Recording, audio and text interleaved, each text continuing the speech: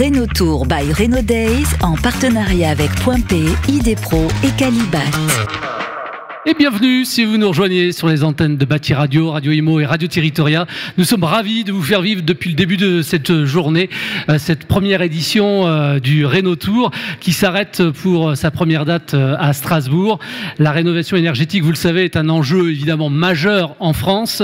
Cependant, le secteur, c'est clair, il est confronté à une vraie pénurie significative de compétences. Et ce sera le sujet effectivement de cette table ronde.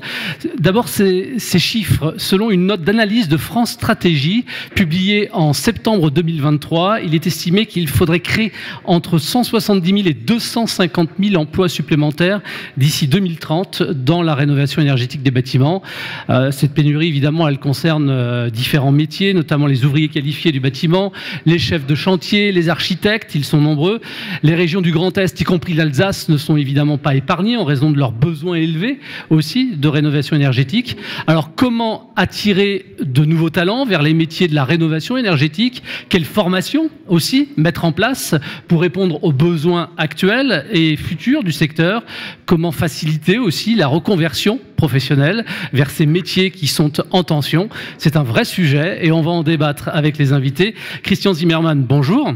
Bonjour. Gérant de la Sarl Mission Syndic, bienvenue. Parlez bien dans le micro pour qu'on vous entende bien. Voilà, c'est top, merci. Frédéric Bernard, bonjour.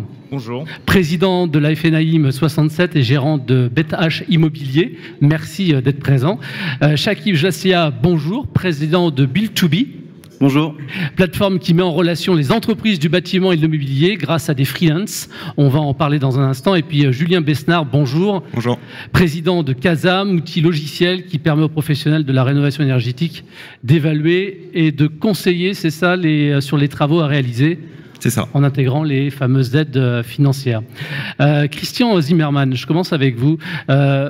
Très rapidement, parce qu'on sait de quoi on parle, mais les activités principales d'une mission syndic, de la Sarl Mission Syndic, pardon. On va plutôt parler de l'activité tout simplement d'un syndic de copropriété, parce que depuis le début, on parle de pas mal de choses, mais on a un petit peu mis de côté ou pas encore parlé des copropriétés, qui vont représenter, à mon avis, la plus grande partie de la rénovation énergétique possible. Et donc, le syndic de copropriété, c'est un médecin généraliste du bâtiment et qui doit réussir à conseiller ses clients qui sont tout simplement les copropriétaires sur beaucoup de sujets. Alors, je ne vais pas m'étaler sur tous les sujets, mais évidemment, sur le sujet de la rénovation énergétique, c'est très important. Il faut que le syndic puisse savoir de quoi il parle, ce qui n'est pas forcément évident, puisqu'on est des médecins généralistes, donc on doit un peu savoir... Être un spécialiste, oui. Tout, et il faut qu'on puisse orienter les copropriétaires vers les spécialistes. C'est pour ça qu'on est souvent accompagné par des AMO, Octave, Strateco, enfin plein de gens qui travaillent avec nous, heureusement, et bien sûr aussi les architectes. Et les entreprises du bâtiment, c'est un gros sujet que vous avez abordé tout à l'heure. C'est quand même une grosse pénurie dans notre métier, c'est de trouver les entreprises qui elles-mêmes ont surtout des difficultés à trouver des employés qualifiés. Donc là, quand on parle de formation, on va en parler tout à l'heure. On va en parler évidemment, et des défis qui sont les vôtres. Mais en tout cas, notre défi, c'est d'avoir des gestionnaires de copropriété qui savent un petit peu de quoi ils parlent, qui puissent... je dirais convaincre les copropriétaires d'aller vers ce type de projets qui sont quand même très lourds en copropriété. Parce qu'on a beaucoup parlé là des maisons individuelles où c'est déjà relativement lourd, mais alors en copropriété, on ne parle pas de 80 ou 100 000 euros, on parle plutôt de millions. Et ça fait tout de suite peur aux copropriétaires, surtout pour des copropriétés qui sont quand même de taille conséquente. Et souvent, quand on parle des copropriétés des années 60, 70, 80, qui méritent des rénovations gigantesques. Bon, on parlera tout à l'heure de la question de la formation, qui est évidemment une question centrale, et de la montée en compétences aussi de tous ces professionnels. Julien Besnard, on explique rapidement le concept de Casam, les solutions également que vous proposez. Oui, alors en fait, pour rappeler, Casam à la base, c'est bien une société d'audit énergétique. Et pour répondre à la complexité réglementaire qu'on a évoquée jusqu'ici, on s'est dit comment est-ce qu'on peut, à travers un logiciel simple, aider les professionnels, que ce soit des professionnels des travaux, mais aussi des professionnels de l'immobilier ou du financement, à conseiller leurs clients sur leurs projets de rénovation énergétique. Et donc, on a développé ce logiciel On travaille notamment avec, peut-être que certains artisans nous connaissent parce qu'on travaille avec des gros fabricants, notamment de pompes à chaleur, et donc nos logiciels sont en marque blanche chez ces fabricants. Et en fait, très vite, on s'est rendu compte, notamment pour les professionnels de l'immobilier, que un logiciel c'était bien, et qu'il manquait ce vernis technique, ces connaissances pour permettre finalement à l'agent immobilier ou au conseiller en gestion locative d'être à l'aise pour parler de ce sujet-là. Et donc, on a développé des formations. C'est le sujet de ce soir. Et la spécificité, c'est que nous, on se déplace en région, d'où ma présence sur ce Réno Tour, où on va mettre les professionnels dans des logements, des vrais logements. Ils vont réaliser un pré-diagnostic énergétique de ce logement. Et voilà, ils vont devenir progressivement à l'aise et maîtriser ces concepts techniques pour derrière pouvoir accompagner leurs clients. Quelque part, vous les plongez en immersion. C'est ça, voilà. Tout à fait. Donc, tout à l'heure, on a parlé également par exemple, qu'aujourd'hui en Alsace, il y a des matériaux, il y a des modes constructifs qui sont spécifiques. Voilà, et donc on n'isole pas pareil une maison construite en tuffeau, par exemple, et une maison construite en parpaing. Et donc ça, on explique. Et donc en venant sur le territoire, on se rend compte nous-mêmes aussi des spécificités des modes constructifs. Et donc on adapte notre discours. On permet encore une fois aux professionnels d'être à l'aise et à parler de ce sujet de la rénovation énergétique. Chakib Jassia, je rappelle que vous êtes le président donc, de Build2Be. Je parlais tout à l'heure de freelancing, et ce qui est assez amusant, quand on a préparé ensemble cette table ronde, c'est que je vous ai parlé de pénurie dans la profession, la difficulté effectivement à trouver de la main-d'œuvre. Il me dit, mais vous m'avez dit, mais moi j'ai toute la main-d'œuvre qu'il faut, qui convient, grâce au freelance. Alors, en effet, mais on ne parle pas vraiment de main-d'œuvre, parce que nous, on parle de prestations intellectuelles. Oui. Donc, c'est plutôt des profils type thermicien, type conduite de travaux, pilote de chantier. Donc, ça va être plutôt des personnes qui vont accompagner les projets dans la globalité. Mais en effet, on parle de plus de 70 000 freelances qui ont fait le choix de créer de la valeur pour eux-mêmes et de se mettre à leur compte. Et donc, en effet, on a chaque semaine plus d'une cinquantaine de freelances qui viennent s'inscrire sur notre plateforme. Et donc, qui trouvent des missions sans difficulté. Exactement. Et notre métier à nous, c'est de leur trouver des missions, de leur trouver des projets. Et donc, ça peut être sur toute la France. On travaille aussi sur l'international. De leur proposer des missions, en effet, qui correspondent à leur profil et à leur spécialité. Donc, la pénurie de talent, ça ne vous concerne pas, vous? Pas vraiment. Bon, on en parlera, mais c'est intéressant, parce que ça fait aussi peut-être partie des réflexions à avoir sur comment on résout ce problème, quoi. À votre côté, Frédéric Bernard, je rappelle que vous êtes président de la FANAIM 67. Très rapidement, on rappelle ce que vous faites au quotidien. Donc, je suis agent immobilier donc, oui. Au quotidien. Donc, je fais le même métier que mon confrère de l'UNIS. Donc, je suis syndic de copropriété, gestionnaire de biens, donc administrateur de biens, et également transactionnaire. Donc, on fait également des ventes immobilières et des locations. Et dans votre secteur d'activité, vous avez des difficultés pour recruter? Alors, essentiellement dans les métiers de gestion et de syndic. En fait, on y arrive généralement par hasard. Ce sont des métiers qui sont très passionnants, mais par contre, qui ne suscitent pas beaucoup de vocation au départ. Pourquoi ? Faut dire que... Je sais pas, vous avez dit qu'ils étaient passionnants. Ils sont passionnants, mais ça ne se sait pas, en fait. Ouais. Donc, il faut effectivement le dire autour de nous. Ces métiers sont, justement, pour les raisons qu'a évoqué Monsieur Zimmermann, ils sont tellement complets, constamment en évolution. Je ne connais pas un seul gestionnaire de copropriété, par exemple, qui s'ennuie, ça n'existe pas. Et c'est un métier qui évolue surtout avec le temps. C'est vrai qu'il y a 15 ans, on parlait à peine de rénovation énergétique. En tout cas, à notre niveau, on faisait des travaux, naturellement, mais c'était plutôt des ravalements de façade simples ou des toitures. Et depuis, justement, 10-15 ans, on est devenus des artisans aussi de la rénovation énergétique en copropriété. Mais avec des difficultés donc dans le recrutement. De recrutement, oui, c'est ça. Et c'est vrai qu'il existe beaucoup de formations, des BTS professions immobilières, mais qui sont essentiellement axées sur la vente, puisque c'est le métier qui attire le plus aujourd'hui les jeunes, peut-être par d'ailleurs une fausse image d'argent facile, entre guillemets, l'image médiatique également véhiculée par des personnages comme Stéphane Plaza ou la famille Kretz. Bref, donc ce sont des clichés qui aujourd'hui attirent beaucoup de jeunes. Par contre, c'est vrai qu'au niveau syndic de copro, au niveau administrateur de biens, on a très peu de jeunes candidats. Vous n'êtes pas sur TikTok ? Même pas sur TikTok. Non. Il faudrait peut-être qu'on utilise ce biais-là pour recruter. Ce canal. Mais ouais. Pourquoi pas. Ouais. Pourquoi pas.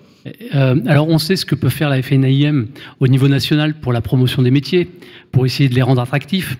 Vous, à votre niveau, au niveau de la région, qu'est-ce que vous pouvez mettre concrètement en place, justement, pour essayer d'attirer des talents ? C'est compliqué. Pour attirer, je pense qu'il faut donner envie. Et pour donner envie, il faut en effet communiquer sur les aspects positifs. Il faut, je pense aussi, que nous fassions un travail dans nos agences pour aménager peut-être un peu mieux le temps de travail, puisqu'aujourd'hui, pour reprendre l'exemple du syndic de copropriété, il travaille beaucoup le soir, généralement. On accepte de faire des assemblées générales à partir de 17h ou 18h, ce qui nous fait terminer généralement tard le soir, après 21h parfois. Et c'est vrai qu'aujourd'hui, pour la jeune génération, c'est pas quelque chose qui est acceptable. Donc je pense qu'on a également un travail à faire à notre niveau, imposer des assemblées générales en journée pour rendre justement ce métier un peu plus compatible avec une vie privée, une vie de famille. Alors, Monsieur Zimmermann, est-ce qu'effectivement le gestionnaire du syndic de propriété que vous êtes ne s'ennuie pas ? Alors, c'est bien le seul avantage de ce métier, c'est que, comme disait Frédéric, c'est pas un métier qu'on choisit, c'est une erreur de parcours, en général. Et donc, l'erreur de parcours, elle peut durer, puisque moi, j'attaque ma 40e année quand même. Ouais. Mais dans ce métier, quand vous faites plus de 20 ans, vous êtes des dinosaures, donc 40 ans, vous êtes déjà mort, quoi. Donc, pour attirer, je rejoins Frédéric, c'est-à-dire qu'il faut absolument modifier la façon de travailler. Il faut qu'on puisse avoir beaucoup moins de copropriétés à gérer. Il faut quand même savoir qu'en moyenne, facilement, les gestionnaires ont plutôt entre 60 et 70 copropriétés à gérer, ce qui ne peut pas aider à justement amener vers quelque chose de concret dans les conseils de la rénovation énergétique, puisque c'est tellement chronophage et c'est tellement ingrat pour le syndic, parce qu'on parle toujours de l'AMO, de l'architecte, des entreprises, et éventuellement même des banques, mais alors le syndic, on oublie que c'est lui le chef d'orchestre. Et l'intérêt, justement, c'est dans cette formation-là qu'il faudrait aller avec l'UNIS. On s'y attache beaucoup, c'est d'essayer de former les gestionnaires à la rénovation énergétique et la manière d'amener les choses, parce que ce qui est important dans une copropriété, c'est le syndic et le conseil syndical. On ne peut pas travailler contre les copropriétaires, il faut qu'on soit vraiment une équipe soudée. Vous voulez réfléchir en collaboration, mais vous réfléchissez à quoi alors ? On réfléchit surtout qu'est-ce qu'on va proposer aux copropriétaires. Et chaque bâtiment étant différent, c'est pour ça que je parlais des bâtiments des années 60, 70, 80. Et surtout, depuis quelque temps, on a quand même une obligation de plus en plus, c'est d'essayer de proposer un 3PT, un plan pluriannuel de travaux, qui va dans le sens de la rénovation énergétique. Et c'est là-dessus qu'il faut qu'on travaille. Alors, on y travaille avec des gens comme Octave ou comme Aonaba, qui sont des bureaux d'études, pour essayer de faire quelque chose de cohérent pour le présenter aux copropriétaires.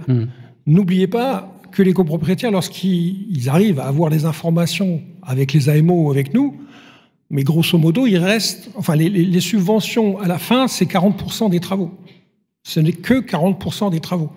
Les autres 60% qui restent, il faut les assumer. Et c'est là qu'il faut expliquer, qu'il faut amener toute la partie financière, qu'il faut l'expliquer grâce aux AMO. Mais tout ça, c'est compliqué et ça met beaucoup de temps. Un dossier en copropriété, quand vous le démarrez pour pouvoir faire une rénovation énergétique, vous démarrez les travaux à peu près 3 ans après le début. Oui, c'est une moyenne, tout le monde s'accorde. On démarre les travaux, on n'a pas fini encore. Donc 3 ans, déjà en 3 ans, dans la plupart des syndics, vous avez le gestionnaire qui a changé. Parce qu'il ne veut pas rester, parce qu'il n'est pas attiré. Donc nous, il faut absolument qu'on puisse, et c'est ce qu'on essaie de faire, que ce soit l'UNIS ou la FNAIM, c'est les formations pour attirer et pour montrer la partie vraiment intéressante de ce métier. Parce que quand on est un médecin généraliste, ce qu'on veut, c'est remettre un immeuble comme ça sur pied. Voilà. Mais justement, quand vous dites que c'était une erreur de parcours et que ça fait 40 ans qu'elle dure, cette erreur, la vraie question que je vous pose, c'est qu'est-ce qui vous éclate finalement dans votre job ? Alors, ce qui m'éclate dans ce job, c'est que tous les jours, c'est différent. Et j'apprends tout le temps. J'aime pouvoir faire. Bon, moi, je suis très technique, donc j'aime bien tout ce qui est travaux. Mais vous avez un champ comme ça sur l'assurance, vous avez un champ sur tout ce qui est les charges de copropriété, comment les maîtriser, comment les expliquer, etc. Et surtout, dans ce métier de syndic, pour moi encore, ce qui est bien, c'est le terrain. C'est un métier de terrain, c'est pas un métier normalement devant l'écran. Et malheureusement, les jeunes, et le fait qu'il y ait trop de copropriétés à gérer fait que vous êtes trop souvent sur l'écran. Nous, ce qui nous a fait beaucoup de mal, c'est Internet et c'est le portable. Parce qu'on est beaucoup plus joignable et les copropriétaires, on en a déjà un peu parlé avant, sont tellement exigeants que lorsqu'ils vous envoient un mail, le lendemain, il faut que la réponse soit faite. Ce n'est pas possible. Donc voilà, mais par contre, ça peut rester une passion si on nous donne un peu plus de... Enfin, si on est un petit peu plus gentil avec nous, hein, tout simplement. Parce que c'est quand même compliqué pour les gestionnaires, comme disait Frédéric, pour les garder ou pour les motiver. Et la motivation, ça passe par la montée en compétences, ça passe par la formation. Quels sont les principaux défis que vous avez identifiés, vous, chez Casam, justement, en matière de compétences chez les professionnels qui vont utiliser vos outils, et même de manière générale, pour se former? Oui, alors pour rebondir sur ce qui vient d'être dit, finalement, nous, on essaye d'approcher les choses en parlant de bénéfices. C'est-à-dire que la rénovation énergétique, certes, pour un professionnel de l'immobilier, c'est des éléments techniques, mais finalement, en tant que professionnel de l'immobilier, on ne peut pas prescrire des solutions techniques. Par contre, on doit vanter les bénéfices d'une rénovation, et donc ça, on parle de saut de classe énergétique, on parle en effet de calcul des aides, ce qui dans les copropriétés est assez compliqué parce qu'on a d'un côté le dispositif pour les travaux qui concernent les parties communes, et puis après les dispositifs pour les aides qui concernent les parties privatives. Donc alors là, tout le monde est perdu. Donc voilà, il y a toutes ces choses-là à expliquer. Et raisonner en termes de bénéfices, ça permet notamment, on le voit sur donc il y a une récente étude qui a été réalisée par un réseau immobilier qui montre qu'en fait 75% des propriétaires de biens G, donc qui sont dans une situation d'interdiction de location de leurs biens, ne souhaitent simplement pas rénover. Ils souhaitent soit le revendre, soit le laisser vacant. Et donc on est dans un contexte où, en effet, ces gestionnaires ont besoin d'expliquer les bénéfices d'une rénovation et de pouvoir expliquer qu'en fait, un bien G, s'ils veulent le revendre, c'est bien peut-être, mais ils vont subir une décote, et donc on leur apprend comment est-ce qu'on calcule la valeur d'un bien lorsqu'il est classé G, et à pouvoir mobiliser les bons arguments pour expliquer aux propriétaires simplement que c'est pas une bonne idée et qu'il ferait mieux de rénover son bien et de peut-être augmenter un peu le loyer. Voilà, c'est le genre de discours qu'on essaye de présenter lors de nos formations. La formation, elle peut parfois être compliquée, surtout il y a un ensemble réglementaire qui est en évolution permanente aussi. Comment est-ce que vous vous adaptez par rapport aussi à ces difficultés-là? Ouais. Alors donc moi, mon métier, c'est auditeur énergétique, et j'explique toujours à mes clients qu'en fait, je suis plus un spécialiste réglementaire qu'un spécialiste du bâtiment. Alors c'est vrai qu'en fait, c'est tellement complexe qu'on se doit d'être hyper au courant de toutes les évolutions. Donc nous, on a un logiciel, donc on se doit de répercuter toutes les évolutions réglementaires dans ce logiciel, donc ça nous force à être finalement au courant. Mais donc oui, on est obligé d'en passer par là. En fait, on explique bien qu'il y a finalement 3 piliers pour être pertinent quand on est professionnel de l'immobilier qui parle de rénovation énergétique. Il y a le pilier technicité, un tout petit peu, pour au moins savoir ce qu'est une ventilation, par exemple, hydro-réglable ou double flux. Bon, c'est important de pouvoir savoir chiffrer ce type de solution pour un acquéreur ou pour un bailleur. Et ensuite, il y a le pilier réglementaire, et ensuite, il y a le pilier, comment est-ce que j'utilise tous ces arguments pour finalement argumenter et convaincre mon client. Et donc là, c'est plutôt l'aspect commercial, et on essaye, nous, de rendre, on l'a dit, de rendre la profession sexy, ou en tout cas rendre le sujet de la rénovation sexy. Pour ça, on a créé un label, on appelle ça, donc on propose aux professionnels de l'immobilier de devenir éco-conseiller en immobilier. Donc voilà, on essaye de marketer le truc un maximum pour rendre le truc sexy, et que tout le monde puisse, tous ces professionnels puissent prendre part à cet effort de rénovation énergétique dont on a besoin. Quand on voit toute cette réglementation, justement, comment est-ce que vous faites, vous, pour vous assurer chez Build2Be de la compétence permanente des freelances que vous allez mettre à disposition des chantiers qui sont demandeurs? Alors, il y a plusieurs éléments auxquels il faut être extrêmement attentif. Déjà, lorsqu'on se présente en tant qu'ingénieur, on va vérifier les titres. Un ingénieur thermicien On va aussi vérifier sur quelle opération il a travaillé, qu'est-ce qu'il a fait exactement sur cette opération. Est-ce que c'était plutôt des petites opérations, plutôt de grandes opérations? Donc en effet, on ne traite pas de la même façon un bâtiment de 300 mètres carrés qu'un bâtiment de 10 000 mètres carrés. Donc ça, c'est un point qui est essentiel. Ensuite, il y a bien évidemment toute la partie administrative, la partie assurantielle qui est essentielle. Donc on fait attention, nous, à tous ces éléments-là. Et c'est-à-dire que vous vérifiez les connaissances, comment ça fonctionne? Alors, en effet, il y a des tests techniques, donc sur plusieurs aspects, des tests aussi sur la personnalité. Est-ce que je vais pouvoir travailler les soft skills, avec les soft skills, exactement.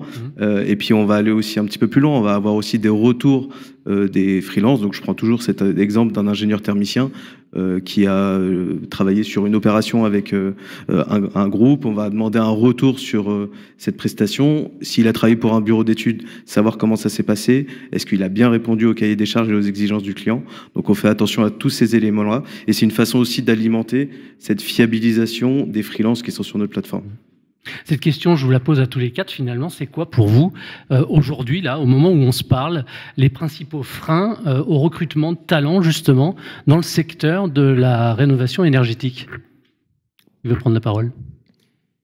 J'ai déjà pas mal parlé sur le métier du gestionnaire de copropriété. Okay. Hein, donc, je répète, pour moi, ça reste un élément essentiel pour réussir une rénovation énergétique en copropriété. Si vous n'avez pas un gestionnaire qui soit réellement formé, vous n'arriverez pas à avancer. On essaye même de former les copropriétaires, parce que les copropriétaires sont vraiment en demande. C'est pour ça qu'on fait d'ailleurs des salons de la copropriété, souvent ensemble, hein, FNAIM Unis, il y en a un le 25 mars, hein, j'en profite, aux Édith à Strasbourg, et les copropriétaires sont avides d'apprendre. Et quand on arrive à former, entre parenthèses, déjà les copropriétaires à la globalité d'une rénovation, ça va beaucoup plus facilement après derrière. Donc ça aussi, ça fait partie.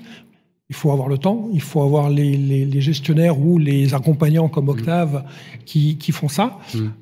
C'est une partie qui pourrait fonctionner beaucoup plus si on pouvait les toucher plus facilement. Voilà. Julien ? Ouais, le frein, moi je reviens sur mes différents axes, mais en fait on le voit, on est sur un sujet extrêmement complexe. Alors moi, dans notre société, c'est comme ça qu'on s'organise. Il y a vraiment un expert du bâtiment. Il a 30 ans d'expérience dans le bâtiment. Il y en a plusieurs. Moi, je suis l'expert réglementaire. Et puis, il y en a un qui va être un peu plus comment est-ce que j'enrobe tout ça avec quelque chose qui est sexy et commercial. Voilà, en fait, c'est ce que j'explique. La rénovation énergétique, c'est une équation assez complexe. Il faut un peu tous ces éléments-là pour avoir un excellent profil, et donc ça nécessite de la formation, un temps de formation qui est relativement long. Donc finalement, le frein, ce serait accepter de pouvoir d'accepter le temps de formation pour avoir des salariés qui sont opérationnels et pertinents. Et on parle pas aujourd'hui, on a très peu jusqu'ici parlé des professionnels installateurs, notamment les installateurs de pompes à chaleur. On le voit, c'est une technologie qu'on pousse, la pompe à chaleur, mais aujourd'hui, on n'a pas le savoir-faire pour poser des pompes à chaleur. Ça entraîne des grosses insatisfactions de la part des clients. Et en fait, on est en train, malheureusement, de décourager un peu tous les particuliers qui ont peut-être cette bonne intention d'installer des pompes à chaleur. Et nous, derrière, malheureusement, on a beaucoup d'insatisfaction. Et ça, c'est ce manque de formation qui est indispensable sur les aspects techniques. Ouais, ça génère une énorme frustration, j'imagine, quoi, de tous. Pareil, pour vous, quel est le principal frein aujourd'hui au recrutement de talents dans cette filière de la rénovation énergétique ? Alors, frein, je parlerais plutôt de clé. Je dirais que la clé, pour moi, c'est l'humain, en fait. C'était la question d'après, mais c'est pas grave. Mais c'est pas grave, c'est super, anticipé. Ouais. Moi, c'est plutôt ça, effectivement, parce que même si, en ce qui nous concerne, en tant que syndic de copropriété, on gère de la pierre, au final, c'est de l'humain. C'est de l'humain qui est derrière. C'est de l'humain que nous gérons, en fait. C'est-à-dire que le projet de rénovation énergétique, si vous restez uniquement sur le côté technique, malheureusement, le projet aura du mal à passer. Il faut avant tout écouter les clients, être à l'écoute, savoir les écouter, faire de l'empathie, se mettre à leur place pour les comprendre, pour ensuite, effectivement, réussir à les convaincre. Moi, je répondrais en disant que il y a aussi des évolutions sociétales. Donc, on l'a vu, nous, typiquement, dans l'informatique, il y a 15 ans. On a énormément d'ingénieurs qui se sont mis à leur compte, qui se sont mis en indépendant et qui décident typiquement de travailler pendant 6 mois et de partir en tour du monde pendant les 6 mois qui suivent. Donc c'est aussi une évolution sociétale et rester enfermé dans des carquois dans lesquels on a vécu pendant des années, c'est peut-être pas la solution. Donc il faut aussi faire évoluer les fiches de poste, les missions, le format dans lesquels va s'inscrire la personne qui sera en charge de la mission. Donc voilà, et c'est aussi nous sur cette vague-là qu'on surfe. Voilà. Ok. Est-ce qu'il y a aussi aujourd'hui toutes les solutions? Il y a la vôtre, évidemment, pour trouver des formations, mais est-ce qu'il y a suffisamment de centres de formation existants qui peuvent répondre justement à la demande? Absolument pas. Donc là aussi, il y a beaucoup à faire. Bien sûr, mais une fois de plus, dans le milieu de la copropriété, la formation, elle est plutôt faite par des organismes juste comme nous, mais ce que disait Frédéric, la formation officielle, c'est le BTS immobilier. On parle absolument pas, ou très peu, du syndic, alors encore moins de la rénovation énergétique. Il faut remettre ça au centre. Si on arrive à remettre ça au centre de ce métier, on arrivera peut-être aussi à attirer les jeunes. Parce que la complexité pour attirer un jeune à faire un métier aussi, on va le dire, c'est un métier ingrat, la bonne motivation, ça va dire, mais tu vas réussir à participer à une rénovation et également à participer à quelque chose de plus grand par rapport aux problèmes de climat, quoi. Voilà, c'est par là qu'il faut venir. Mais on n'a absolument pas assez de formation, ça c'est évident, quoi. C'est vrai partout, y compris dans la région de Strasbourg? Alors, dans la région de Strasbourg, ce qu'on a réussi à voir depuis quelques années, et toujours en collaboration FNAIM, UNIS, c'est grâce à des gens comme Octave, parce que chez nous, on est quand même des précurseurs par rapport à cette formation gratuite qui est donnée régulièrement aux gestionnaires. Ça fait quasiment 15 ans que ça existe sur la région. Et ça a quand même réussi à développer quand même des projets de rénovation beaucoup plus importants en Alsace que dans les autres régions. On est un peu précurseur. C'est quelque chose d'ailleurs qui est en train d'essayer de se multiplier un petit peu en France. Mais c'était la bonne solution, oui, tout à fait. Moi, ce que je remarque, et c'est intéressant, c'est valorisant pour le territoire, ce qu'on voit, c'est qu'il y a quand même, en fonction des territoires, des disparités en termes de connaissances techniques. Et c'est vrai que des territoires comme l'Alsace, on voit tout de suite que les gens ont une appétence pour ces sujets travaux. Il y a une culture, peut-être dans la famille des artisans toujours. Et donc, finalement, vous êtes plutôt bien lotis parce qu'en plus des initiatives locales, vous avez déjà les bons fondements. Et pour répondre sur le manque d'organismes de formation, et en lien avec l'immobilier, puisque j'ai pas mal ici, on parle beaucoup d'immobilier. On n'est que deux, nous, à former des professionnels de l'immobilier. On a un concurrent, globalement,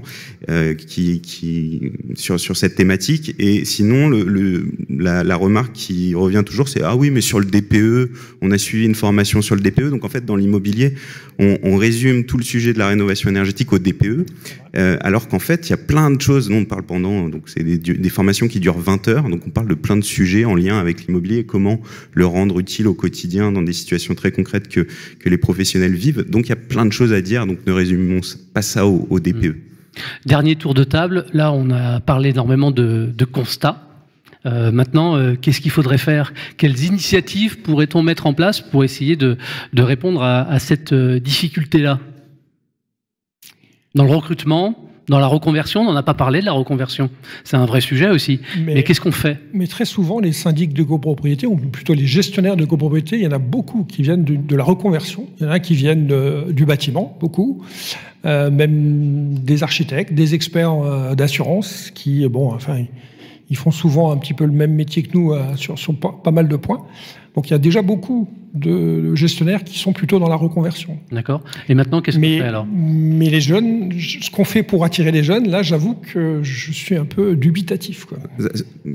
Tu as apporté la réponse tout à l'heure un petit peu, c'est déjà réenchanter le sujet, parce qu'en fait, on le voit, nous, il y a certaines grandes marques qui viennent nous voir et qui nous disent nos conseillers bricolage en magasin, ils sont incapables de conseiller les clients sur le matériel qu'ils proposent, et on voit que finalement le sujet n'a pas été réenchanté, alors que finalement c'est un beau sujet sur lequel on peut parler de bénéfices, encore une fois. Ce qu'on essaye de proposer avec nos outils, c'est vraiment comment est-ce que finalement on peut apporter vraiment quelque chose de très concret sur un sujet. Les économies d'énergie et l'argent qui nous reste à la fin du mois, c'est aujourd'hui un sujet qui est au centre des préoccupations. Donc voilà, réenchanter le sujet pour que notamment ces conseillers en magasin se sentent remplis d'une mission. Voilà.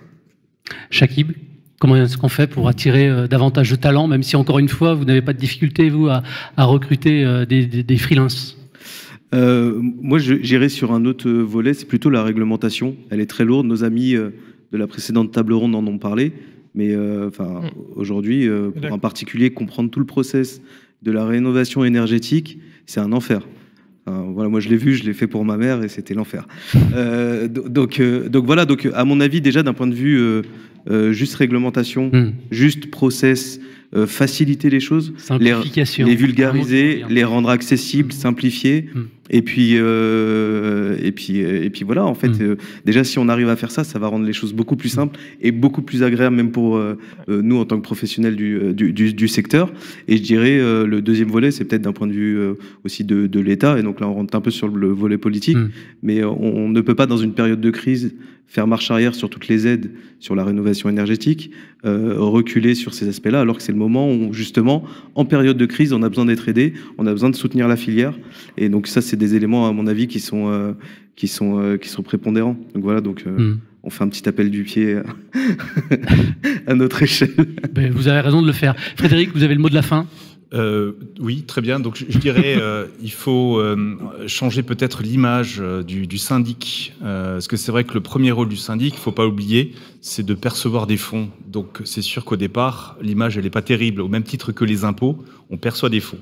Donc forcément, on a un rapport qui peut être tendu dans certains cas avec nos clients, les copropriétaires. Je dirais qu'il faut mettre en avant les réalisations justement de rénovation énergétique qui nous donnent véritablement, ça donne une consistance à notre métier, un vrai résultat. On sort de l'administratif, on a un résultat comme un architecte, tangible. Presque. On peut voir effectivement un immeuble que nous avons rénové. Et surtout, avec fierté, on peut dire, tu vois cet immeuble, c'est moi qui l'ai rénové, celui-là aussi. Et on laisse une trace, quelque part. On laisse une trace. Et je crois que c'est ça le vrai message. La clé, quelque part, c'est de sortir de ce côté administratif, sortir de ce côté perception de fonds, pour véritablement se présenter comme un artisan de la rénovation énergétique. Merci à tous les quatre d'avoir gentiment répondu à cette invitation. Merci au public qui nous avait suivis aussi toute cette journée. Vous pouvez vous applaudir parce que vous avez été sérieux, vous avez assisté aux échanges. Grand merci à vous. Merci de nous avoir suivis. Cette émission, comme toutes les autres d'ailleurs, sont à retrouver en replay sur Radio Imo, Radio Territoria et Bâti Radio. Merci de votre fidélité et à très vite. Ciao, ciao, salut. Renault Tour by Renault Days en partenariat avec Point P, ID Pro et Calibat.